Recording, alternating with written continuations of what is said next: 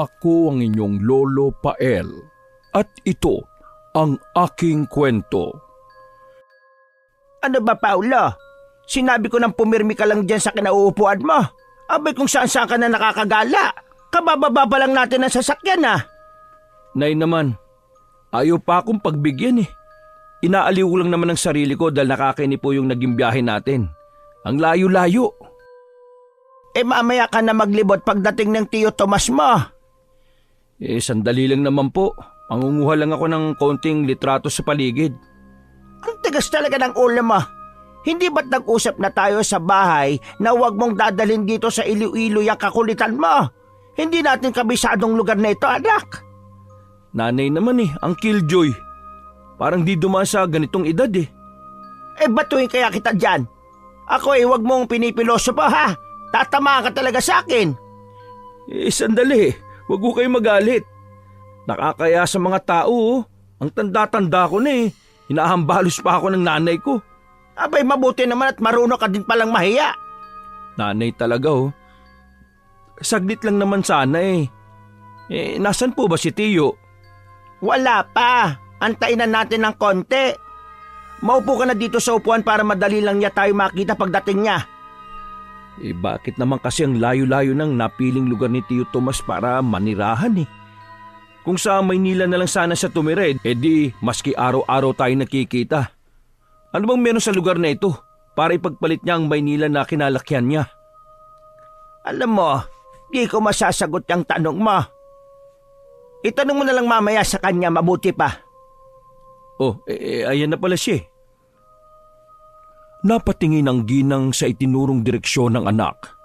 Nakita niya ang paparating na kapatid na si Tomas. Naglalakad ito ng marahan at palinga-linga sa paligid. Nang magtama ang mga mata nila, ay agad itong napangiti at nilapitan ng mag-ina. Si Tomas at Aling Isabel ay magkapatid na lumaki sa Maynila. Naging sundalo ang kanyang kapatid kaya kung saan-saang parte ng Kabisayaan at Mindanao napadpad. At dahil na nga sa trabaho niyang yon ay hindi sila madalas magkita na magkapamilya. Hanggang sa nakapag-asawa na nga si Tomas ng taga Iloilo at doon na nila napiling manirahan hanggang sa siya ay magretiro na. May mga pagkakataon na ang pamilya niya ang dumadalaw sa kanila sa Maynila. Pero dahil nga sa patay na ang kanilang mga magulang, ay yun ang unang pagkakataon na inayayahan nito ang kapatid kasama ang anak na binata na si Paulo para magbakasyon at sabay na ring makipiesta sa bayan. Sabik nang makagala ang binata. Kahit 28 taon na ito, ay parang bata ito kung magkikilos. Palaging sinusuway ng nanay lalo na kapag may mga bagong bagay na nakikita sa paligid. Madalas kasi siyang malikot at palaging nakikiosyoso sa mga bagay-bagay. Madalas din ay palaging inaabusong kalayaan sa pagpapahayag ng damdamin. At yun ang inaayawan ng ina, kaya madalas pangaralan ng huli. Ngunit dahil matanda na rin si Paulo, kadalasan ay hindi niya ito sinusunod dahil katwiran niya ay gusto niyang ilabas kung sino siya. Nang walang halong pagkukunwari.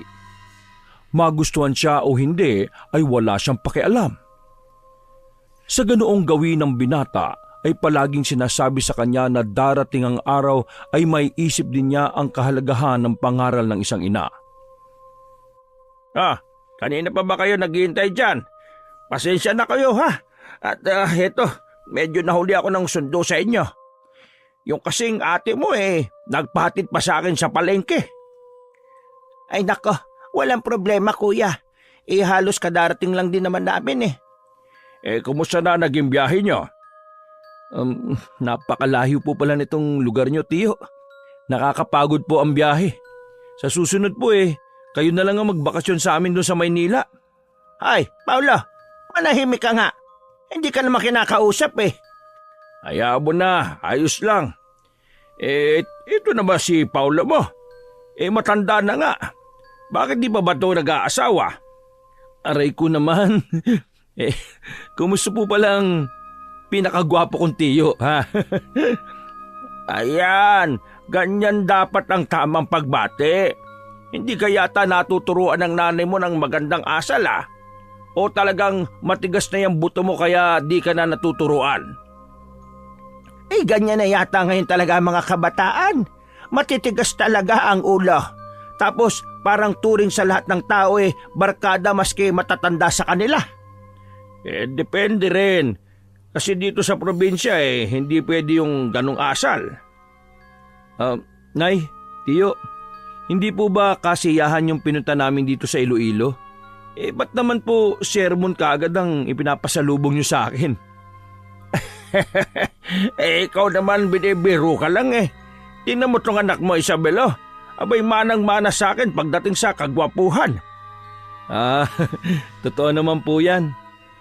Kaso ala pa bang nobya?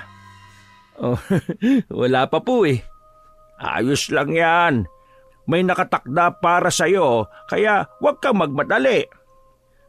Salamat po, Tiyo. Ay sige, tara na doon sa may sasakyan ko. May dala akong maliit na jeep.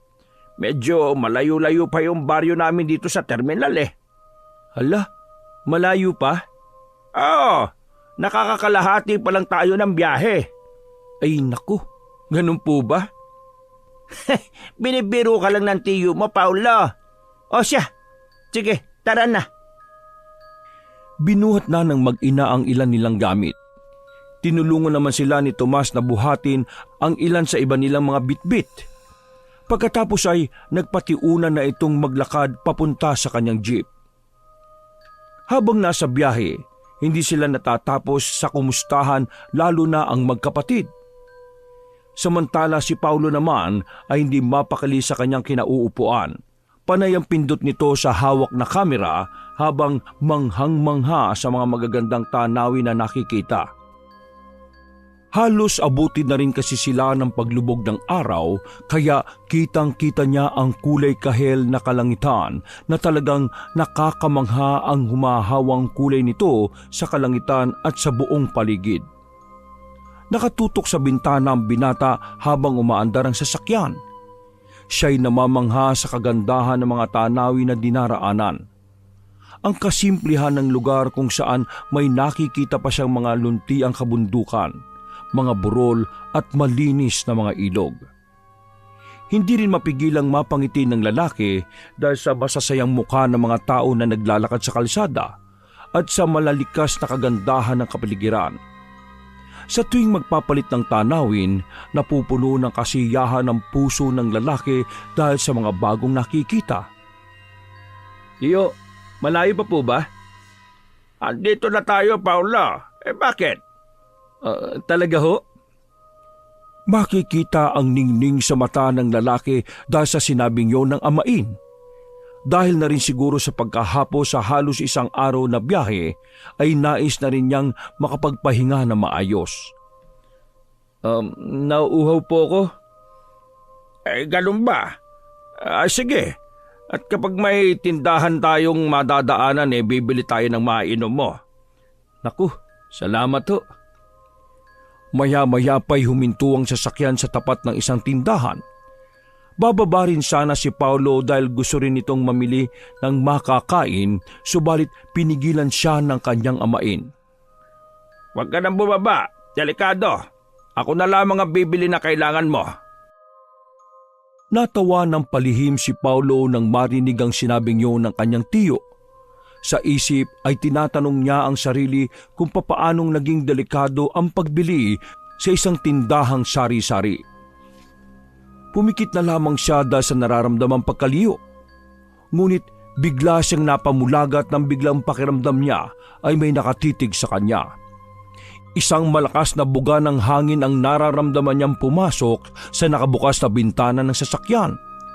Iginala niya ang paningin sa paligid subalit wala naman siyang nakikita bukod sa itim na pusa na nasa kabilang kalsada. Nakatitig yon sa binata. Nakipagtitigan siya at pinandilatan ito maya-maya. Nakahanda siya sa pusang yon. Gusto sana niyang lumabas para kunin ang pusa pero alam niyang pipigilan lamang siya ng ina. Hindi dahil sa masamang asal ang pangunguhan ng mga hayop nang walang paalam. Hindi siya papayagan kasi ayaw ng ina sa mga itim na hayop. May paniniwala ang nanay niya na malakas sa mga ganong uri ng hayop. Bumili si Tomas ng 3 supot ng soft drinks. Sumakay na ito kaagad sa kanyang jeep at pagkatapos mabilis na ininom ang inuming nakastro. Mabilis nitong pinaandar ang sasakyan pagkatapos. Napansin ng binata na hindi katulad ng nauna nilang takbo ang takbo ng sasakyan. Mas mabilis ito at parang pabugso-bugso ang paggandar. Napatingin si Paulo sa labas at napansin nitong unti-unting nilalamon na ng dilim ang kalsadang kanyang dinaraanan. Wala man lang maski isang ilaw sa kalsada at tanging ang ilaw na nagmumula sa sasakyan ang liwanag. Nay, masyado naman na yatang liblib ito. Ano ka ba? Mag-relax ka nga lang muna dyan. Ang ingay mo eh. Hala, nagtatanong lang naman po. Ilang saglit pa'y nakaramdam na rin sa wakas ang binata ang unti-unting paghina ng takbo nila. Nandito na tayo. Sabi nito bago tuluyang iginarahe sa isang maluwang na bakuran ng sasakyan. Tuluyan na nga niyang pinatay ang makina bago bumaba ang mag-ina. Agad silang sinalubong ng mag-anak ni Tomas. Agad namang nagbutian si Isabel at si Lani na asawa ni Tomas. Isang masaganang hapunan ang nakahanda sa lamesa. Natakam naman si Paulo sa nakita. Grabe, mga lamang dagat ang mga yan ah. Mahal ito sa Maynila. Dun sa Barrio Fiesta, libo-libo na presyo ng mga ito. Sugpo at alimasag tapos mga shells. Grabe, ang yaman nyo naman, Tio Tomas. Mura lang ang mga yan dito. Talaga? Grabe naman. Mapapasarap ang kain ko nito eh. Ani Paulo, habang manghang-mangha sa masasarap na pagkain na nakahain sa lamesa. O siya, kain na para makapagpahinga na kayong mag-ina. Salamat kuya ha. Tingnan mo oh. Enjoy na enjoy yung pamangkin mo. Oo nga eh. Sana nga matulungan talaga kitang mapagbago yung anak mo. Para nang sa ganun wala ka ng sakit ng ulo. Salamat talaga. Talaga bang matigas ang ulo at sutil na? Mamaya natin pag-usapan pagkatapos ng hapunan. O siya, sige. Mabuti pa nga. Pagkatapos ng hapunan ay agad namang itinuro ni Lani ang magiging kwarto ng binata. Asikasong-asikaso niya ito at maski mga bagong unan at punda ay ibinigay nito sa pamangkin. Lumabas naman ang bakuran ng magkapatid at doon itinuloy ang nabingbing usapan. Ano ba nangyari sa inyo mag-ina doon sa Maynila? Alam mo kasi kuya, itong pamangkin mo nasangkot sa isang gulo doon. Kaya nga nung nag-imbita ka dito sa inyo agad akong pumaya kasi manghihingi sana ako ng tulong mo. Ano bang tulong ang maibibigay ko? Sabihin mo lang at kung kaya ko naman ibibigay ko sa inyo. Alam mo naman kung gaano ka kaimportante sa akin, bunso. Ayun nga kuya. Malimbarkada kasi ang nasamahan niya. May mga bisyo at saka takaw gulo doon sa lugar namin. Minsan nga may pinagtripan silang dayo na bisita na isa namang kapitbahay. Kasali daw siya sa mga nambugbog doon sa tao. Kasama nga ba siya? Sabi niya hindi daw. Umawat lang daw siya. Naniwala ka naman? Nung una hindi.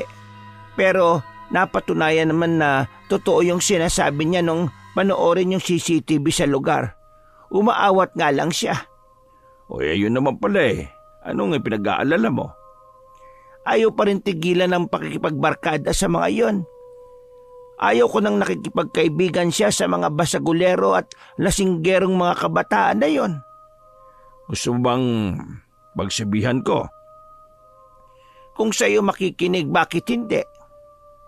Sige. Ako ang bahala. Bago kayo umuwi ng Manila sinisiguro kong malalaman na niya ang kahalagahan ng nakikinig sa mga payo at pakiusap na magulang. Ay, salamat naman. Alam mo, magmula kasi nung namatay ang tatay niya ganyan na yan. Mabait naman siya kaya lang hindi nga mapagsabihan. Ginagawa niya kung ano yung gusto niya. Ay sige, ako ang bahala. Dito sa lugar namin matututo yan. Nakangisi na makahulugan si Tomas habang binabanggit ang mga katagang yon. Natulog na rin sila pagkaraan ng ilang sandali at dahil nga napagod sa biyahe ay agad na nakatulog ang mag-ina. Malakas na rin ang paggilik ni Paulo sa kabilang silid. Kinaumagahan ay naalimpungatan si Paulo sa tinig ng mga nagkakagulong tao sa paligid. May mga nagsisigawan at may parang taong galit na galit at hindi niya maunawaan ang sinasabi nito.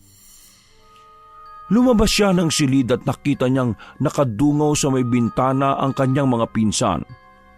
Nasa labas naman ang kanilang padre de pamilya.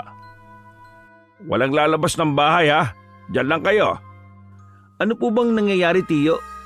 Nako, may nagwawalang tao dahil yung alaga mga kambing daw nawawala. May mga magnanakaw po rito? Hindi kami sigurado kung magnanakaw nga ang tumira. Ano pong ibig niyo sabihin? Ay, wala. Siya nga pala. Magsikain na kayo dyan ha. Inihanda na kanina nila niyang almusal natin. Ako na muna dito at makikiusyoso muna ako. Nasaan po sila tita at si inay? Nagpunta ng palengke. Bumili ng maihahanda sa piyesta. Ganun po ba? Baka naman po may magnanakaw nga at balak ihanda ang ninakaw na kambing para sa piyesta. Dapat hanapin ang nagwawalang tao na yan. Kung sino man ang may handang kambing, tsak yun ang kumuha. Mahirap na solusyon yan, Paulo. Dahil dito sa lugar namin, normal ang naghahanda ng kambing. Abay kung nakatay na't natadtad, makikilala pa ba? Lumabas ng bakuran si Paulo at sinamahan sa labas ang kanyang tiyo. Oh, bakit lumabas ka? Hindi ba't sinabi kong walang lalabas? Hindi naman ako yung kumuha ng kambing nila. Ba't naman ako matatakot? Ganun ba? Aba, matapang ka pala. Sige, tara dun sa labas para masukat ang katapangan at kayabangan mo. Po? Hinilan niya ang pamangkin. Nakita nila ang taong nag-aamok sa kalsada. Hawak nito ang isang matalim na gulok at iwinawagayway sa hangin. Nang makita silang magtiyo ay agad itong lumapit at kinausap si Tomas. Tinanong nito ang kasamang lalaki. Ha? Sinong lalaki? Wala naman akong kasama. May nakikita ka ba na di ko nakikita? Sabi nito sa lalaking nag-aamok. Biglang nabaling ang tingin nito sa binata na noon ay nakamata lang sa dalawa. Agad siyang pinaghinilaan ng lalaki na magnanakaw o kaya ay bagong aswang na gumagala sa kanilang lugar. Agad nitong iniamba ang hawak na patalim sa nasabing binata. Sandali wag! Tama na ka, Usting. Nagbibiro lang ako. Pamangkin ko yan galing sa Manila. Ano ho ba problema at kanina pa kayo gumagawa ng iskandalo rito sa purok natin?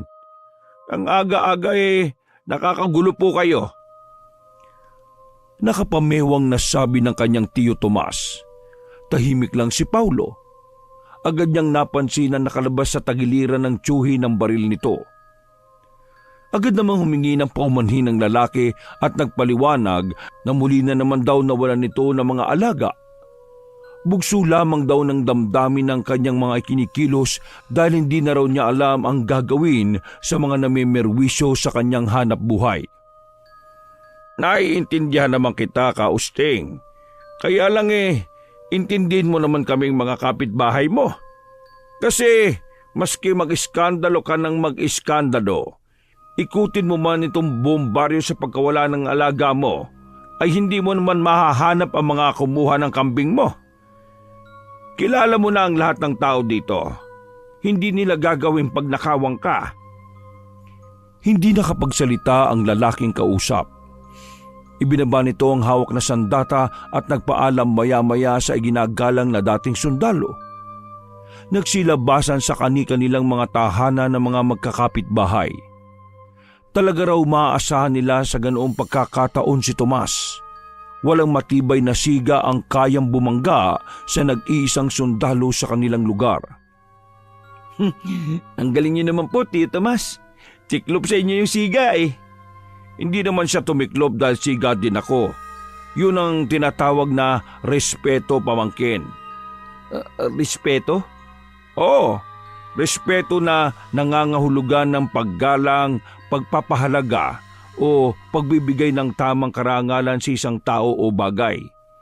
Ito rin ay isang pagpapakita ng tamang pakikipagkapwa-tao kung saan ang bawat isa ay dapat igalang at tratuhin na may dignidad at integridad. Ang lalim naman po nun. Nakakasakit ng ulo.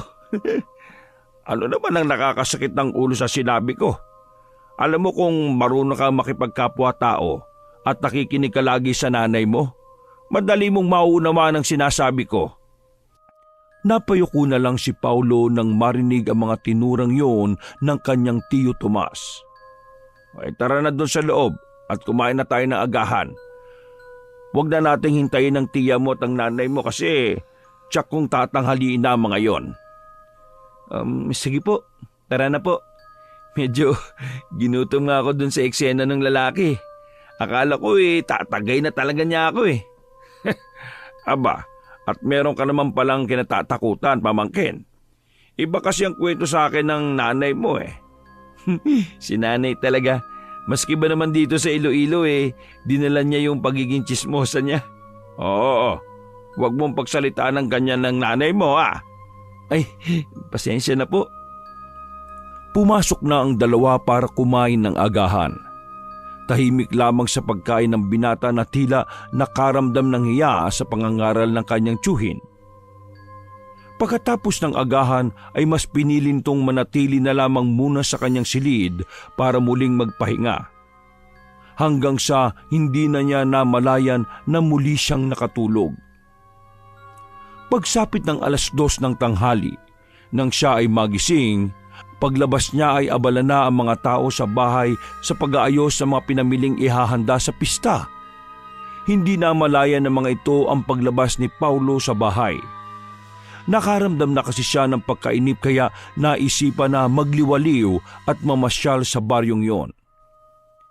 Paglabas niya ay napansin niyang wala masyadong tao ang pakalat-kalat sa lugar na yon.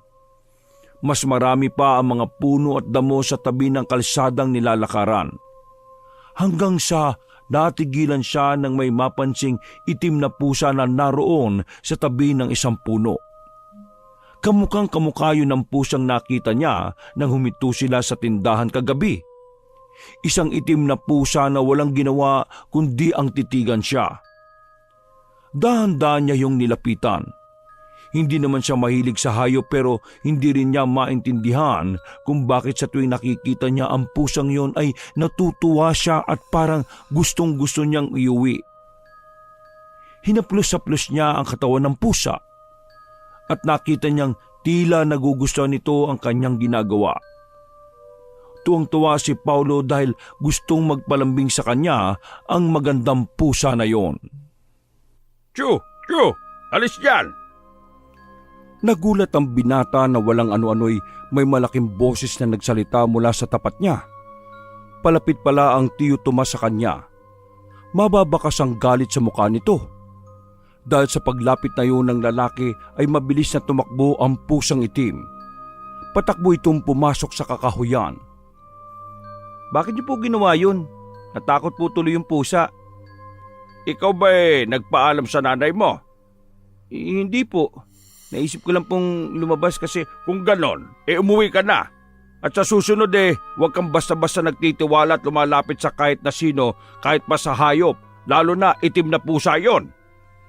Bakit naman po? Ipusang itim lang naman po yun. Kahit isang beses lang, Paulo, makinig ka sa sinasabi ng mas nakakatanda sa iyo. Pagkatapos sabihin yon ay agad na naglakad palayo si Tomas. Naiwang natulala si Paulo. iniisip ang sinabi ng tiyuhin. Susunod na sana siya para umuwi nang may bigla siyang natanaw na isang babae sa tabi ng puno kung saan gumawi ang pusang itim. Isang dalaga na sa tindig at kutis nito'y masasabing nasa edad 25 o mas bata pa.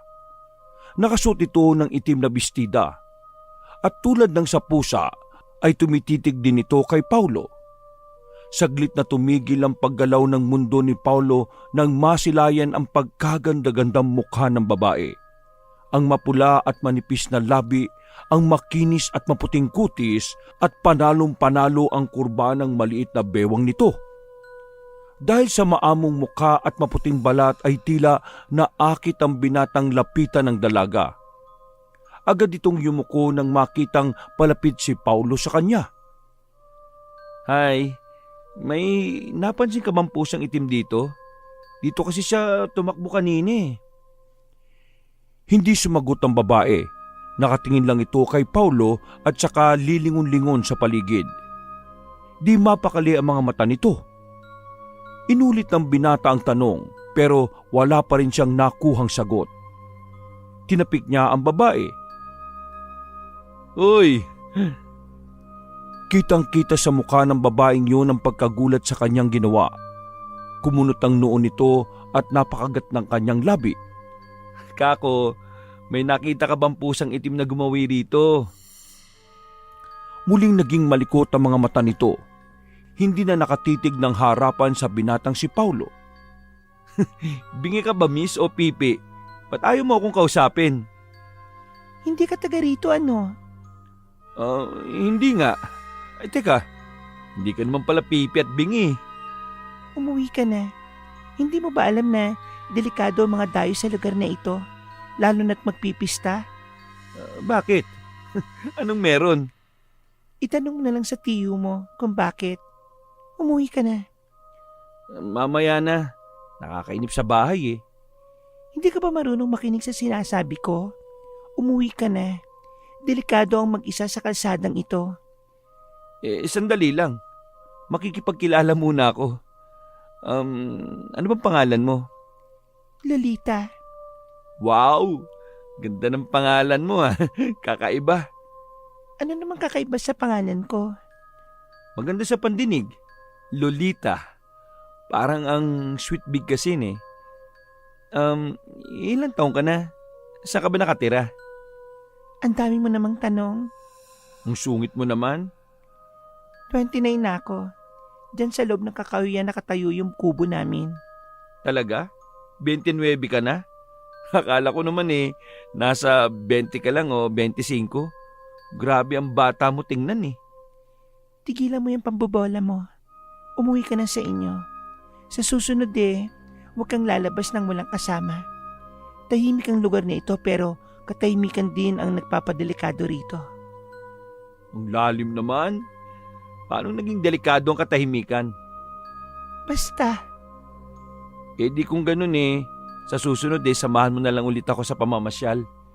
Yung mga pinsan ko kasi, iba ang trip sa buhay. Ayaw nila ako samahan. Pwede. Ikaw ang bahala kung yan ang gusto mo. Talaga? Payag ka? Oo. Pero pwede bang pagkatapos na lang ng pista?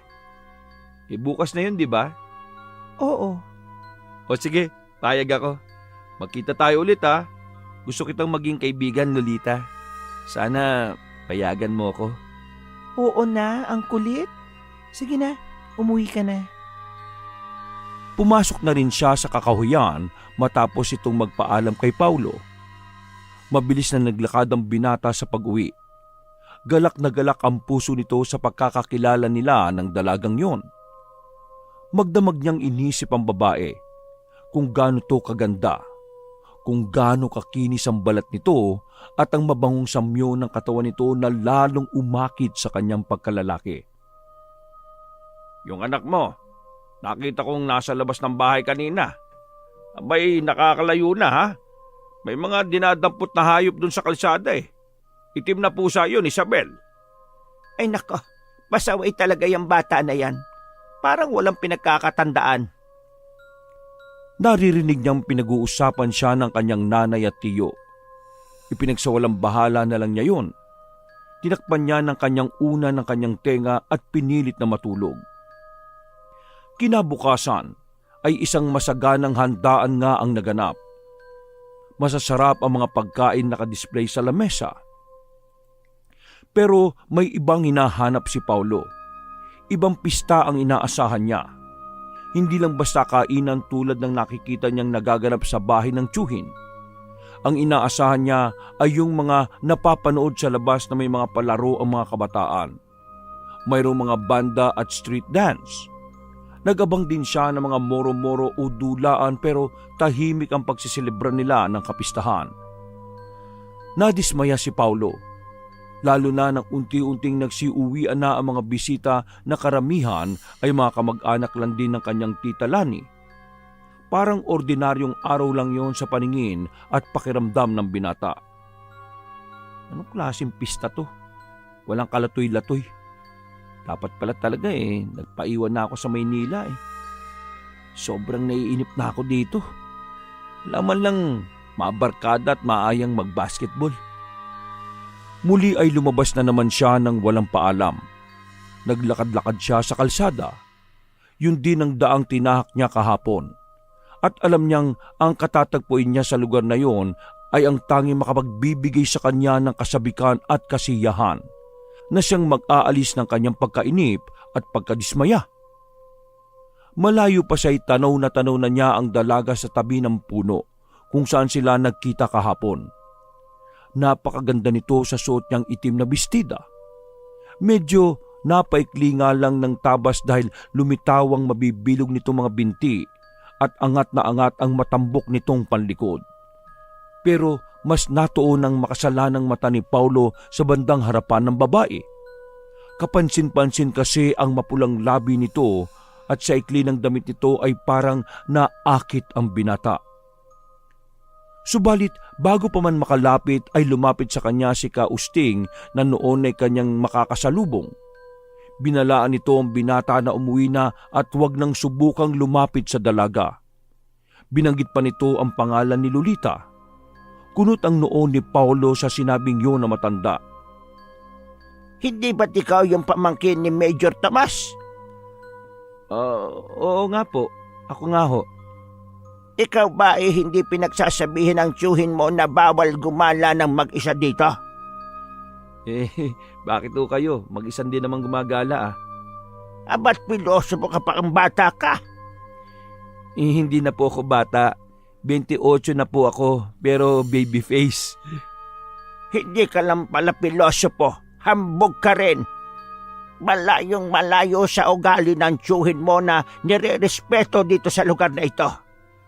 Nako, kunwari pa po kayo. Hindi ho ba't natatakot lang naman kayo sa kanya kasi dati siyang sundalo at may baril? Madaldal kang bata ka. Kung ako sa iyo, gamitin mo yung kadaldalan mo sa ibang bagay. Pero sa ngayon umuwi ka na. Sinasabi ko sa iyo, umiwas ka na sa pag-alagala mo. Hanggat kaya mong umiwas, umiwas ka. Ano ba dapat iwasan? Wala naman nakakatakot dito sa lugar niyo . Basta, kung di ka makikinig sa sinasabi ko sa iyo, ikakapahamak mo yan. Maniwala ka. Iwasan mo si Lolita. O sige, diyan ka na. Uuwi na ako. Ang dabo niyo naman. Umalis na ito na tila iritable sa ginawang pagsagot-sagot sa kanya ni Paulo. Sira ulo yata yung matandang yun . Napasimangot siya habang iniisip ang halos pare-parehas ang ugali ng tao sa lugar na yon. Masyadong mga pakialamero at malulungkot ang buhay. Ayaw maggagala. Kawawa raw ang mga kabataan. Nakakulong sa 4 na sulok ng kani-kanilang mga bahay. Lumapit siyang lukot ang muka kay Lolita. Oh, bakit ganyan ang itsura mo? Anong sabi sa iyo ng matandang lalaki? Wala. Sabi niya umuwi na raw ako. Isang matamis na ngiti ulit ang kanyang pinakawalan na lalong ikinatunaw ng puso ni Paulo.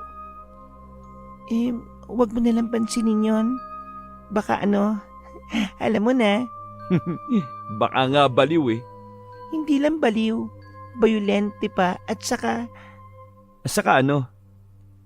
mapaggawa ng mga kwento-kwento. Abat, kalalaking tao chismoso? Ano naman ang ginagawang kwento? Tungkol ba sa'yo? Oo, ipinagkakalat na matandang yan na lahi daw kami ng aswang. Ganon katindi yung matandang yun? Grabe naman ha. Teka, ano ba yung aswang? Ano? Hindi mo alam ang aswang? Tara, umupo tayo't sa damuhan. Magkwentuhan muna tayo. Natutuwa kong kakwentuhan ng isang dayong tulad mo. Tawagin mo na lang kasi ako sa pangalan ko Ang formal mo namang makipag-usap. O sige, Paulo. Pasensya ka na. Naupo sila sa damuhan at ipinagpatuloy ang kanilang kwentuhan. Sa mga liblib na lugar tulad ng sa amin, iusong-uso mga kwentong aswang. Ang mga nilalang na ito ay kayang magbago ng anyo tulad ng aso, pusa, ahas, ibon, at iba pa. Ginagawa nila yon para tahimik silang makapambiktima ng mga taong papatay nila para maging pagkain. Aba, katulad sa napapanood ko sa pelikula. Pinibiro mo naman ako Akala ko ba wala kang alam tungkol sa aswang? Totoo ba kasing aswang ka? Oo. Hindi nga. Isang mahinang hagik-hik ang ginawang sagot ng dalaga. Paulo, may sasabihin sana ako sa iyo. Ano yon? Alam mo, natutuwa talaga akong makipagkwentuhan sa iyo. Ang gaan-gaan mo kasi kausap. Ngayon ko lang naramdaman ito Gusto kita. Ano? Huwag ka sana magagalit pero gusto kita. Naistatwa sa kinauupuan ng binata. Nagulat ito sa ginawang pag-amin ng dalaga sa kanya. Wala siyang nasabi. Alam niya sa sarili niya na gandang-ganda siya sa babae pero ang mahalin nito, hindi siya sigurado. Pero isang kapilyuhan ang naisip ng binata. Balak niyang paglaruan ang dalagang umamin sa kanya ng pag-ibig. Paulo! Isang malakas na sigaw ang narinig ni Paulo sa paparating na tiyuhin at nanay. Galit ang nakikita niyang rumihistro sa emosyon ng mga ito. Bakit po? Umuwi ka na! Layuan mo ang pusang yan! Po? Bakit po, tiyo? Kaibigan po si Lolita. Anong pusa? Paglingon niya sa katabing babae ay wala na ito sa kanyang tabi. Pero may itim na pusa na naroon sa dating pwesto ng kausap. Teka, nasan si Lolita? Naging malikot naman ang mata ng binata sa paghahanap kay Lolita. Nang hindi na niya ito makita ay inisip na lamang niyang baka takot ang dalaga sa kanyang tiyuhin kaya umalis na ito nang di man lang nagpapaalam sa kanya. Ano ka ba naman anak? Bakit ba ang tigas ng ulo mo? Di ba't sinabi ko na sa'yo na huwag kang makulit? Nababaliw ka na ba? Para kang timang nakikipag-usap sa hayop. Ano pong sinasabi niyo? Umuwi na kayo mag-ina. Ako nang bahala dito. Mag-uusap tayo mamaya sa bahay. Makapangyarihang utos ni Tomas sa dalawa. Wala nang nagawa si Paulo kundi ang lingunin sa huling pagkakataon ng kakahuyan. Umaasang muling masisilayan ng magandang babae. Pero bago pa sila tuluyang makalayo, ay narinig nila si Tomas na parang sinisermo na ng hayop. Makinig ka. Layuan mo ang pamangkin ko, ha? Binabalaan kita. Hindi mo magugustuhan pag kumilos ako laban sa inyo. Agad kinalabit ni Paulo ang ina at sumenyas ito ng mga daliri ng kamay at pinaikot-ikot malapit sa sintido. Sira ulo. Isang batok ang agad na dumapo sa likod ni Paulo. Aray ko naman, Nay. Reklamo nito sa ina sabay kamot sa ulo. Matutok ang igalang ang tiyo mo, ha? Kapatid ko yan. Pasensya na po. Nagbibiro lang naman po ako Sa kapag sasabihan mong baliw si Tiyo Tomas mo mas malala ka pa nga. Ikaw nga din namumungay pa yung mata mo habang kinakausap ang itim na pusa na yon. Hindi ko maintindihan, Nay. Yung pusa ba na yun ang sinasabi niyong kausap ko? Hindi po, Nay. Kasi isang magandang babae yung kausap ko. Si Lolita. Walang Lolita. Uto ka talaga. Tara na nga. Nang umuwi ang mag-ina ay nakasunod na sa kanila si Tomas. Madilim ang aura ng kanyang mukha. Agad ay sermon ang inabot ni Paulo. Pababayaan na kita, Paulo. Gawin mo kung anong gusto mo dito sa baryo namin. Pero huling babala ko na ito sa iyo. Huwag na huwag ka magtitiwala sa kahit na sino dito o maski sa anino mo. Po? Tingnan ko lang kung di ka magbago at magtino kapag naranasan mo na yung dilubyo sa baryong ito. Pagkasabi nito ay umalis na si Tomas at iniwang nakanganga si Paulo sa sala. Narinig naman niya ang pigil na paghagikik ng kanyang mga pinsan na noon ay pinagtatawanan siya sa sermong narinig sa kanilang ama. Hindi maunawaan ni Paulo ang mga nangyayari. Hindi niya maisip kung pinagtitripan lamang siya ng nanay at tiyo nang sabihin ng mga ito na pusa ang kanyang kausap. Alam niyang si Lolita yon, isang tao at hindi pusa. Naalala niya ang sinabi ng babae na pinaghihinalaan daw nila itong aswang.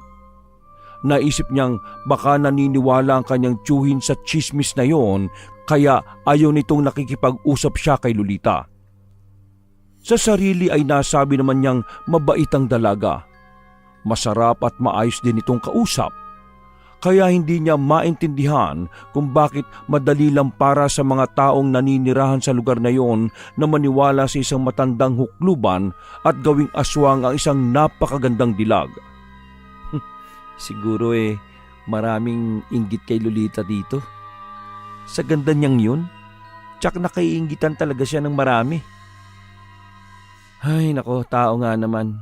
Ang hilig magbaba ng kapwa. Papatunayan ko na lang sa kanilang hindi aswang si Lolita. Mapapahiya sila sa akin. Sambit nito sa sarili habang iniisa-isang inismiran ang mga nakababatang pinsan. Agad namang lumayo ang mga ito at kanya-kanya na silang pwesto kung saan naglalaro sila ng chess. Pumasok na sa silid si Paulo. Nawala na siya ng ganang kumain. Ang hindi niya alam ay sinundan siya ng kanyang ina sa loob ng kanyang silid. O Nay, bakit? Di pa ba kayo tapos manermon? Anak, kinakabahan na ako sa iyo. Mabuti pa bumalik na tayo sa Maynila bukas. Po? Agad-agad? Akala ko ba magbabakasyon tayo dito ng 15 araw? Di ba yun ang kinuha niyong leave sa trabaho? Wala Mukhang di ka rin kayang patinuin ng tiyo mo. Kaya niyo ba ako dinala dito para madisiplina ng kapatid mong sundalo? Suko na kasi ako sa iyo, anak. Hindi ko alam kung saan papunta ang direksyon ng buhay mo. Kasi mas pinipili mo ang pakikibarkada kaysa sa maghanap ng trabaho. College graduate ka naman, anak. Pero yung pakikipagbasag ulo mo ang iniintindi mo. Sinabi ko naman sa inyo, di ba? Saka napatunayan na hindi ako sangkot sa gulong yun. Umawat lang ako. Oo, taga-awat ka lang. Paano kung isang beses sa kakaawat mo ikaw ang masaksak at mamatay? Ikakatuwa mo ba yon? Hindi ko alam, Nay. Ang alam ko kasi, wala nang pakiramdam ang tao kapag namatay na. Napamura na lang si Nanay Isabel nang marinig ang muling pamimiloso po ng nag-iisang anak. Naku naman, hindi ko na talaga alam ang gagawin ko sa iyo. Hayaan niyo na lang kasi ako sa mga diskarte ko sa buhay, Nay. Anong klaseng diskarte? Pasaway ka talaga Ayaw mong makinig sa mga pangaral sa iyo. Ay nako, masisiraan ako ng bait. Hindi naman ako ganun kasama, Nay. O pues, patunayan mo. Umalis na galit si Nanay Isabel. Malakas nitong isinara ang pinto. 11:00 na ng gabi ay hindi dalawin ng antok ang binatang pasaway. Paulit-ulit niyang iniisip ang nangyari kanina. Ang matandang si Usting, ang kanyang tiyo at nanay, hindi niya maunawaan kung sino ang nagsasabi sa kanila ng katotohanan. Dahil kung totoo yung pusa ang kausap niya kanina, ay bakit naman ito kakausapin ng kanyang tiyo? Imposible. Niloloko lang ako at tinatakot ni nanay at tiyo. Naisip rin niya ang agad na pagpaplano ng ina na bumalik na ng Maynila. Naisip niya ang mahabang biyahe na di man lang nila nasulit ang ilang araw nilang bakasyon. Naisip din niya si Lolita, ang babaeng unti-unti nang bumibihag sa puso niya. Isang ideyang pumasok sa kanyang isip. Kinuha niya ang isang flashlight sa kanyang bag at maingat na lumabas ng kanyang silid. Saradong-sarado na ang buong kabahayan. Tulog na ang mga tao kaya malaya siyang nakalabas at nakaalis. Muli niyang tinungo ang daan papunta sa tagpuan nila ni Lolita. Plano niyang puntahan si Lolita 10 oras ng gabi. Palibas ay sanay sa walang tulugan sa Maynila dahil sa paglalakwat siya ay wala itong takot na sinuong ang mapunong bahaging yun ng lugar. Bagamat hindi niya alam ang eksaktong bahay ng babae, ay walang alinlangan pa rin itong pumasok sa loob ng kakahuyan. Gusto niyang magpaalam kay Lolita at sabihin dito ang nararamdaman niya. Pakitid ng pakitid ang daang kanyang tinatahak. Mga damo, mga nagtataasang puno na lamang ang kanyang nakikita sa paligid. Sa kanyang paglalakad ay di minsang napalingon o napatingala dahil sa iba't ibang ingay na naririnig. Bigla siyang natigilan ng may maamoy na mabaho. Isang nakakasulasok na amoy, parang amoy ng patay at nabubulok na hayop. May kumakaluskos sa likod ng damuhan. Doon nagsimulang kilabutan ng binata.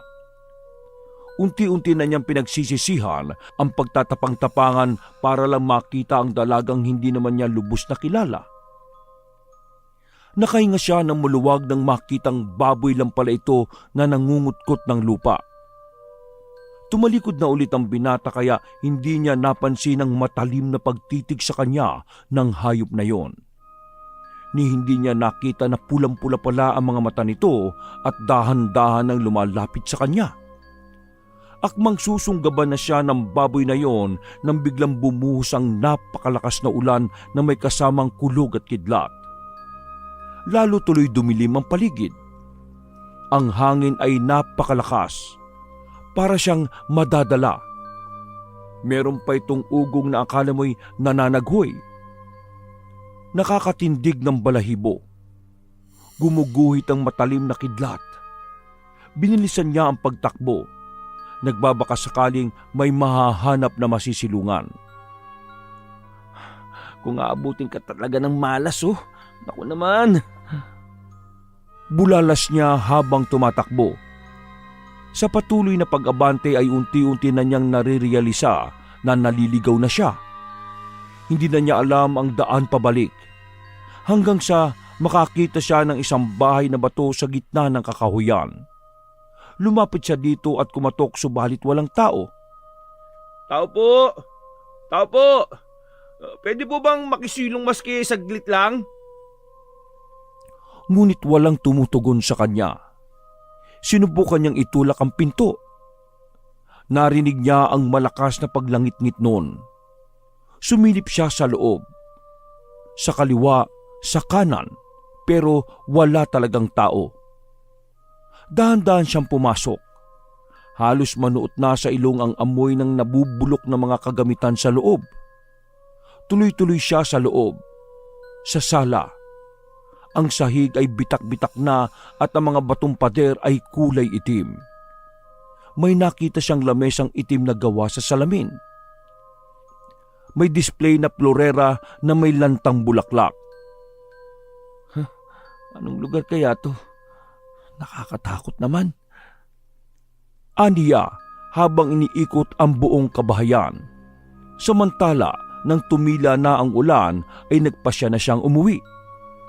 Alam niyang mahihirapan siyang gawin ang bagay na yon pero susubukan niyang makauwi bago sumapit ang araw upang hindi mapansin ng kanyang ina ang pagkawala.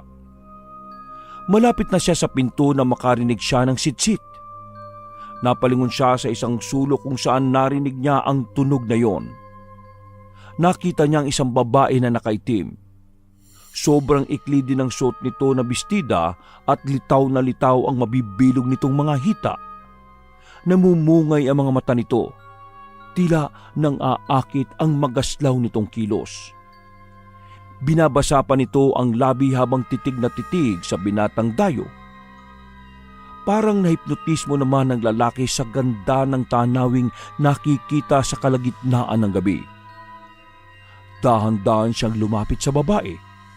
Ngunit nang isang dipa na lang ang layo nila sa isa't isa, ay bigla siyang napangiwi nang makita ng malapitan ang itsura nito. Isang babaeng mabalahibo ang katawan. May malalaking pangil at kulubot na mukha. Tila nawala sa wisyo sandali ang binata. Hindi niya maintindihan kung namamalikmata lang siya o dinadaya lamang ang kanyang paningin. Ang ganda at kaaya-ayang itsura ng babae ay napalitan ng isang nakakatakot na mukha ng tiyak na kamatayan. Lumapit ang babae kay Paulo. Hinawakan nito ang lalaki at hinaplos ng kamay niyang may matutulis na kuko ang pisngi nito. Inilapit nito ang mukha sa mukha ni Paulo. Amoy na amoy niya ang mabahong amoy ng aswang na nasa kanyang harapan. Huwag, parang awa mo na. Huwag mo ako sasaktan. Huwag mo ako sasaktan. Biglang naisgaw ng binata ng matauhan nito at magising sa katotohanan na nasa gitna na siya ng panganib. Naisip niya ang kanyang ina at mga pangaral nila. Ganon din ang kanyang tiyuhin na palaging nagpapaalala. Naisip din niya kaagad si Mang Usting na maski hindi niya kaano-ano ay nagbabala sa kanya na di niya sinunod. Malakas niyang itinulak ang babae. Sa tanang buhay niya ay noon lang siya natakot ng sobra-sobra. Yung tipong nanginginig ang kanyang laman.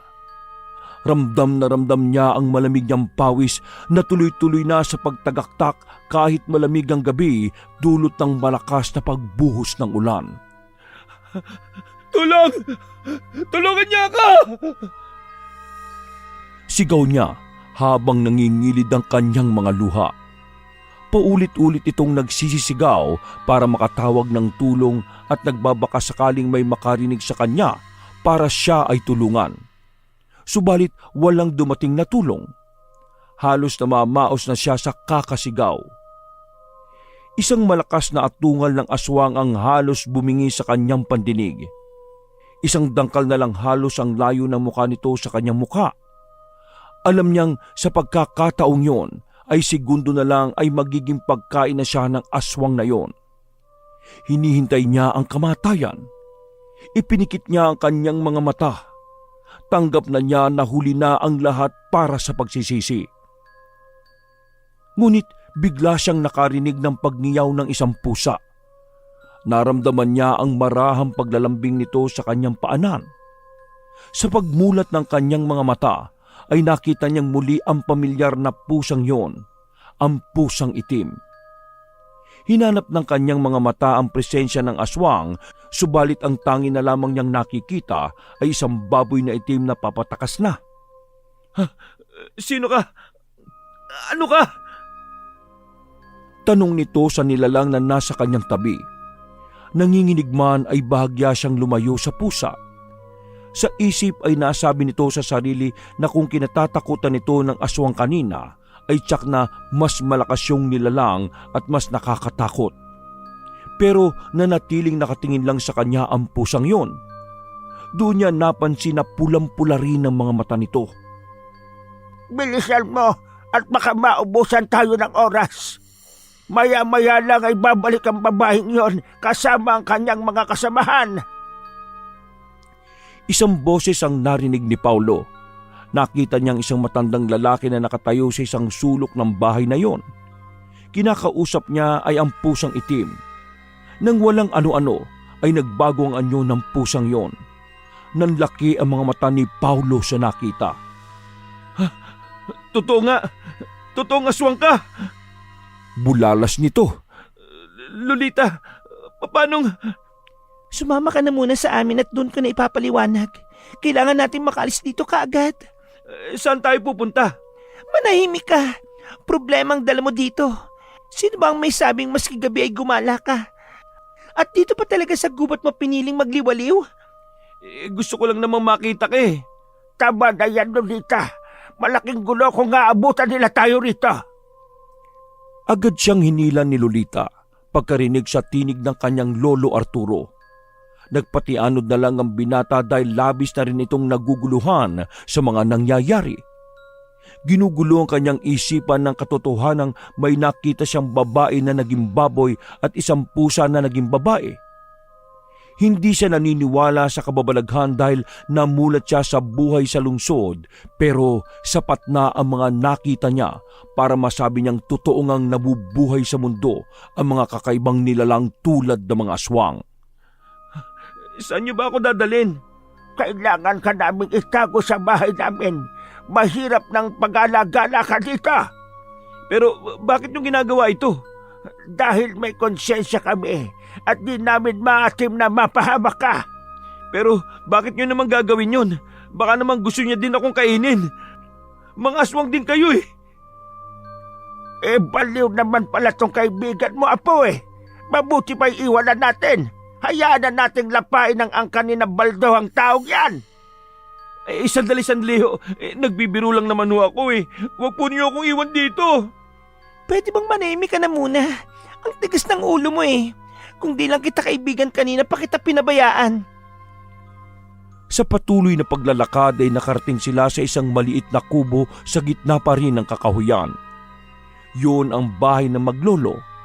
Hingal na hingal si Paulo dahil sa halo-halong kaba at pagod. Tiningnan niya ang dalawang kasama pero parang hindi man lang sila napagod. Makinig ka sa akin, Paulo. Hindi kami ordinaryong tao tulad mo. Kami ay mga aswang. Oo, alam ko. Nakita ko nga kanina eh. Nangangain din ba kayo ng tao? Hindi ganon. Kakainin niyo ba ako? Hindi, ano ka ba? Hindi kami kumakain ni lolo ng tao. Kapag natatakam kami sa dugo, isapat na kami sa pagkain ng mga hayop. Ha? Talaga? Kung ganun totoo mga chismis sa inyo. Hindi rin. Iniiwasan nila kami kasi akala nila ay mga masasamang aswang kami. Mababait kayong aswang? Meron ba nun? Parang tanga naman tong kausap. Alam mo, binabawi ko na. Hindi na kita gusto. Hoy, Lolita, tigilan mo nga yung pakikiri mo dyan. May problema pa tayo. Tumigil kayong dalawa dyan. Naglalandian pa kayo. Ay naka, ang sakit sa ulo talaga ng mga kabataan ngayon Yung isa pilosopo, yung isa naman malandi. Ay naka, ewan ko sa inyo. Nakatingin na naman ang dalawa sa sinabing yon na matanda. Walang ano-ano'y sabay silang nagtawanan. Ba't talagang nag-ingay pa kaya? Nakuha pa ninyong magtawanan sa gitna ng panganib? Nanahimik ang dalawa. Pinili nilang maghiwalay at titingnan ng isa't isa upang mapigilan ng kanilang pagtatawanan o di naman kaya ay pagbabangayan. Delikado ang ginawa mo, binata. Munti ka nang mabiktima ng aswang na yon kanina. Alam mo bang marami nang napatay na kalalakihan ng aswang na yon? Teka, bakit ba kasi 10 oras ng gabi ay gumagala ka pa? Oo nga, saan ka ba pupunta? Kasi po, uuwi na kasi kami bukas eh. Gusto ko lang sanang magpaalam kay Lolita. Hindi mo na sana ginawa yan. Alam mo bang hindi pa tapos ang pista ng mga aswang? Ano? Pista ng mga aswang? Oo! Taon-taon ay nagkakaroon ng pista ang grupo ng mga aswang sa lugar na ito. May iba pa bang aswang maliban sa inyo at doon sa babae? Marami. Isang purok sila na lahat ng nakatira doon ay mga aswang. Isinasabay nila ang kapistahan sa pista ng mga tao. At dahil nakita ka ng isa sa kanila, maaaring sundan ka dito para puwersahin kunin at ialay sa kanilang poon. At pagkatapos gagawin kang handa para sa kanilang pagdiriwang. Kaya ho ba natin silang labanan kung sakaling sumugod sila dito? Hindi ko may papangako. Matanda na ako. Tapos babae itong kasama natin. Kung marami sila, tiyak na dihado tayo. Naku, kinakabahan naman ako sa sinabi niyo, Lolo. Pag nangyari yon, wala kaming magagawa kundi ibigay ka. Ano ho? Hindi ako papayag. Mabuti pa'y samahan ko na lang siya pauwi, Lolo.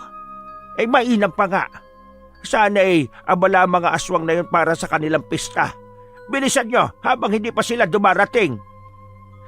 Kinakabahan ako, Lolita. Paano kung makasalubong natin sila? Paano kung nakapagsumbong na pala yung babaeng aswang kanina? Ngayon natatakot ka. Pero kaninang papunta ka dito sa loob ng gubat buong-buo yung loob mo. Matapang ka, hindi ba? Hindi ba pwedeng dumito na lang ako? Kung gusto mo magpakamatay, magtago ka dito. Ay, grabe naman oh. Hindi mo gugusto yung maabutan ka ng mga aswang na yun dito. Kaya bilisan mo na. Tara na. Binuksan nito ang pinto ng kubo. Hindi na nagtanong ulit si Paulo. Nagpatiunan ng lumabas si Lolita. Tahimik na lang itong sumunod sa dalaga. Subalit paglabas nila ng kubo ay nag-aabang na roon ng ilang kalalakihan. Balot ang katawan nila ng balahibong itim. Tulad ng babae kanina ay pulang-pula din ang kanilang mga mata. Naglalaway ang mga ito ng malapot na laway. Hindi kakaiba ang anyo ng mga ito sa karaniwang tao. Ang kaibahan lang ay ang kanilang mga kilos at paraan sa pagtitig. Tumatagilid pa ang ulo ng isang lalaki habang palipat-lipat ang mga tingin nito sa kanilang dalawa ni Lolita. Galit at gigil ang rumirehistro sa kanyang mukha. Huwag kayong lalapit! Yan ba yung mga sinasabi mong aswang, mga Lolita? Ano sabi mo? Mga aswang pala, Lolita. Diyos ko naman, kinakabahan na kasi talaga ako. Nagbabalik-baliktad tuloy yung sinasabi ko Nagsalita ang pinakapinuno nila. Biglang pinawisan ng malapot ang binata nang sabihin nitong ibigay si Paulo ng matiwasay sa kanila. Hindi ako papayag. Kaibigan ko ang lalaking ito. Ngunit hindi nagpatinag ang aswang na yon. Sinabi nitong walang magagawa ang maglolo. Kung ayaw daw nitong ibigay sa mabuting usapan ay kukunin nila ito sa dahas. Tutalay, di naman daw sila kumakain ng kaninang tao ay ipaubaya na lang ito sa kanila para may ialay sa kanilang poon. Isang dayong kailangan nila upang maging lalong masaya ang pagdiriwang nila ng kanilang piyesta. Paulo, pumasok ka na sa loob. Teka, anong gagawin mo? Ano pa? Di makikipag-usap sa kanila ng matino. Sa hilat siya ng pagmumukha ng mga yan mukhang di mo sila mauuto, Lolita. Di lumapit ka na sa kanila. Pinapahirapan mo pa ako Akma nitong itutulak ang binata sa tabi ng mga kinatatakutang aswang pero agad ding hinila at ibinalik ito sa kanyang likod. Ano ka ba naman? Nagbibiro lang ako Hindi pa man natatapos ang sasabihin ni Paulo ay agad umatake ang isang lalaking aswang kay Lolita. Isang malaking kalmot sa tagiliran agad ang tinamo ng dalaga. Lumaban si Lolita. Lumabas ang matatalim nitong ngipin at tumubo na rin sa kanyang katawan ang itim na balahibo. Kinurap-kurap ni Paulo ang kanyang mga mata. Pasugod na ang iba pang aswang para kunin siya pero hinarap din sila ng matandang si Lolo Arturo. Nakipagpambuno ang mga ito alang-alang sa kaligtasan ng binatang pasaway. Hindi alam ni Paulo ang gagawin sa mga oras na yon. 5 aswang laban sa 2 ang nakikita niyang nagtatalo. Dihado mga kakampi niya. Alam niyang anumang sandali ay maaring matalo sa labang yon ang kanyang mga kakampi. Pumasok siya sa loob ng bahay at naghanap ng anumang bagay na pwedeng ipanglaban. Pero wala siyang nakita kundi isang tungkod na gawa sa kahoy. Kinuha niya yon at sumali na siya sa gulo. Ginamit niyang sandata ang kapirasong kahoy na yon. Hindi siya tumigil sa pagpalo sa aswang na nakapangibabaw na kay Lolita. Hindi niya ito tinitigilan. Pero isang aswang agad na nakuha ang pagkakataon para kalmutin ang kanyang braso. Nabitiwan niya ang pamalo nang maramdaman niya ang kakaibang sakit na dulot noon. Tumulo ang dugo mula sa sugat na yon. Biglang natigil ang laban. Lahat ay nabaling ang tingin sa dugong tumutulo sa lupa. Nag-iba ang aura maging ang kanyang mga kakampi. Tila nagbago ang disposisyon ng mga ito nang maamoy ang aroma ng kanyang dugo. Ang dugo ng tao ang pinakamabangong bagay sa pang-amoy ng aswang. Teka, Lolita, Lolo Arturo, ako to! Si Paulo! Pero hindi nakinig ang dalawa. 7 aswang na ang papasugod sa kanya. Tulong! Tulungan niyo ako! Sino mang tao dyan na hindi aswang? Tulungan niyo ako! Sa pagsigaw niya ay tila nagising ang nahihipnotismong paningin ni Lolita. Agad nitong ipinilig ang ulo at niyugyog ang katabi niyang si Lolo Arturo. Nabuhayan ng loob ang binata nang makitang bumalik na sa wisyo ang mga kasama. Magsilayas na kayo dito sa bakuran ka!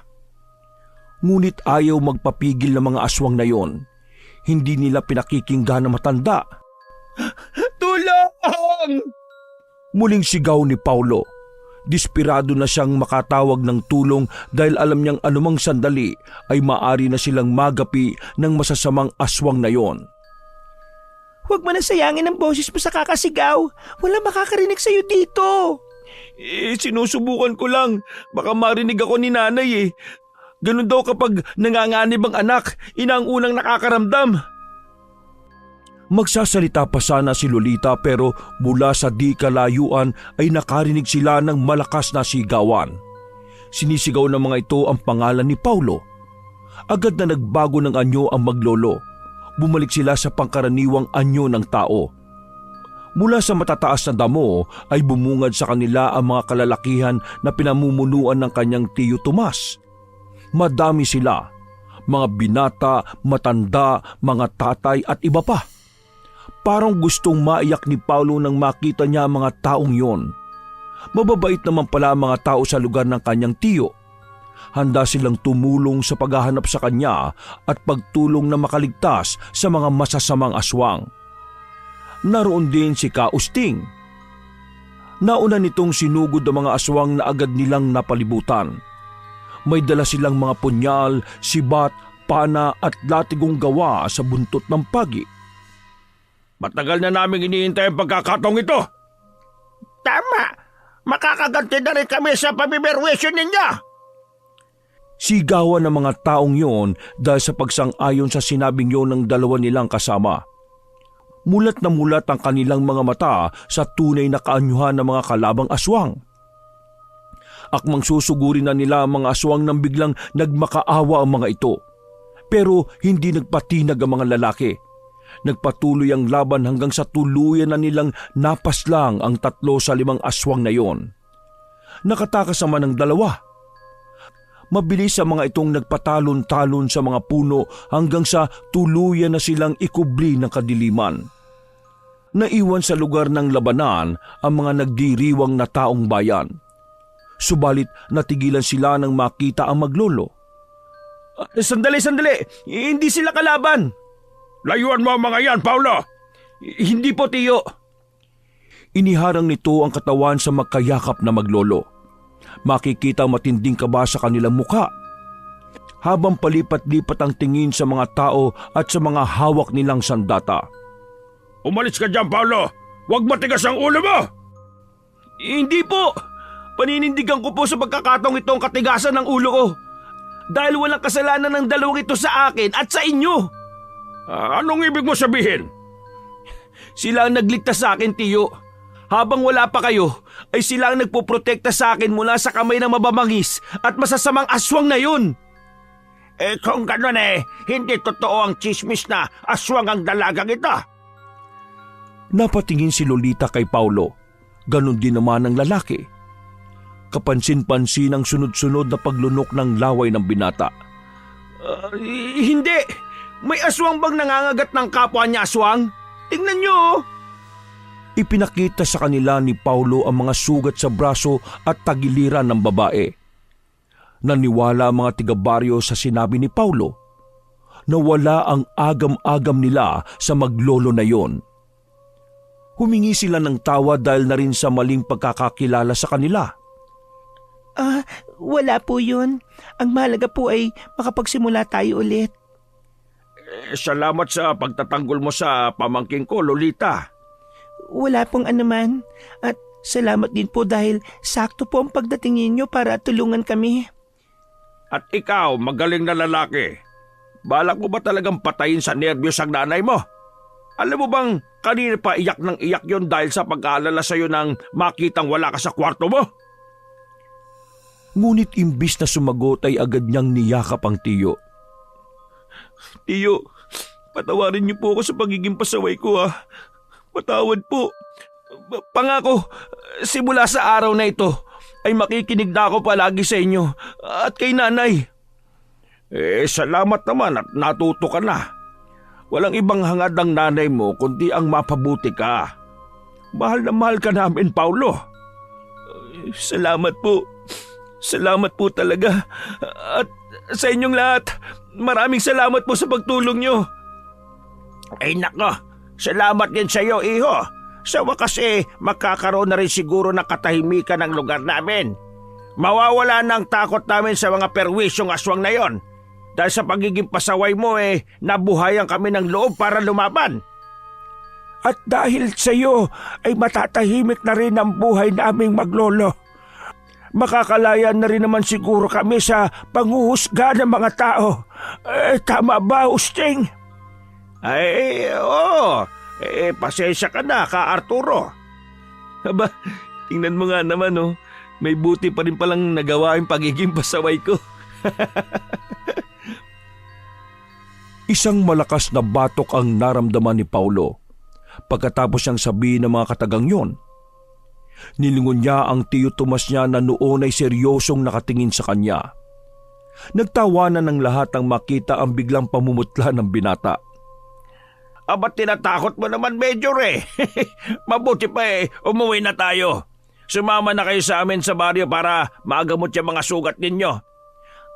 Hindi na ho, Ka Usting. Salamat na lang po. Mababaw lang naman po yung mga sugat na ito Malayo po sa bituka. Baka ma-impeksyon niyang mga yan. Ay, hindi po. Ayos lang po talaga kami ni Lolo. Salamat na lang po sa pag-aalala ninyo. Nagpasya na ang lahat na umuwi na sa baryo. Pagdating sa bahay ay agad na niyakap ng ina ang sugatang anak. Labis ang naging pagluha nito nang malaman ang sinapit ni Paulo sa loob ng kakahuyan. Masaway ka talaga. Hindi mo na talaga ako inisip. Nay, patawad po. Hindi ko po sinasadya. Ano? Umalis ka ng 10 oras ng gabi tapos hindi mo sinasadya? Ano bang tumatakbo dyan sa isip mo? Mahal po kita, Nay. Hindi na po talaga ako uulit. Sorry po talaga. Alam mo, kung hindi pa ako nagising kanina dahil sa masamang panaginip na sumisigaw ka daw at tumihingi ng tulong.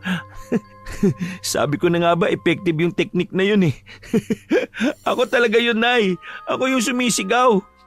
Nain mo yun? Narinig mo talaga maski tulog ka?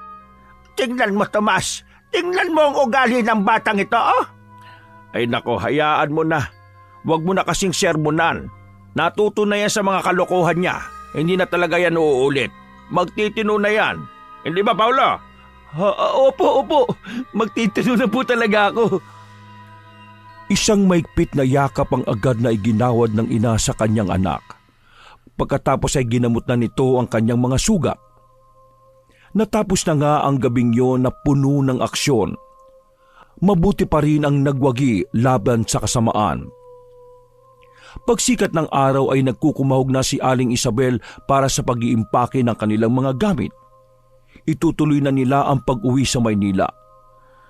Nay, hindi naman talaga pwedeng tapusin natin yung 15 araw na bakasyon nyo?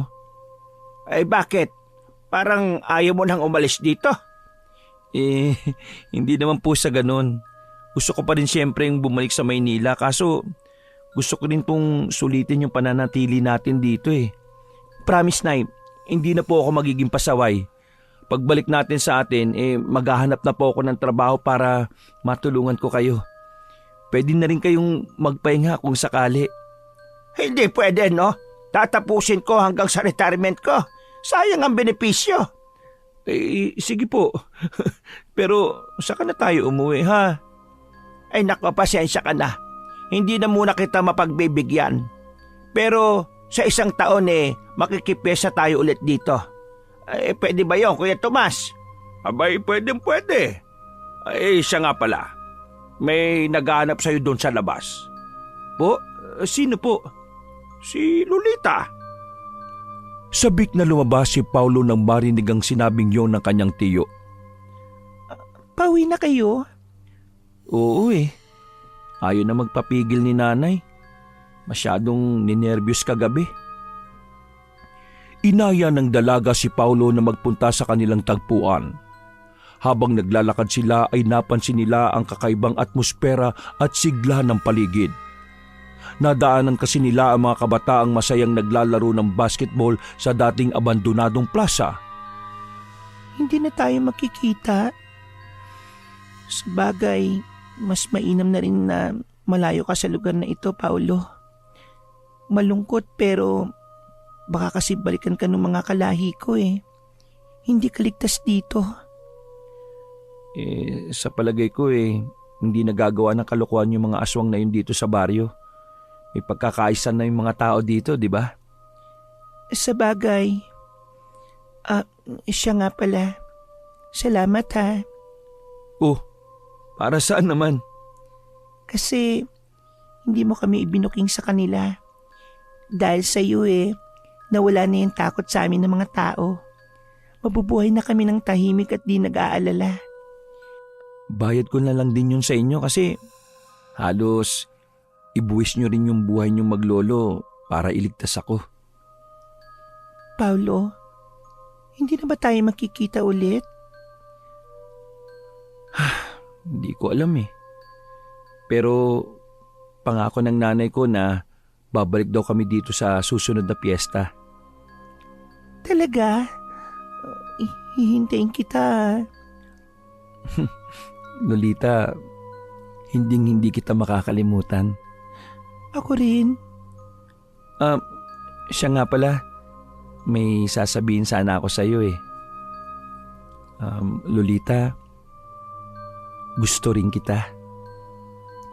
Malapit na sila noon sa punong naging tambayan mula nang magkakilala sila. Hinawakan ng dalaga ang kanyang mga kamay at iginawad sa kanya ang isang masuyong halik sa pisngi.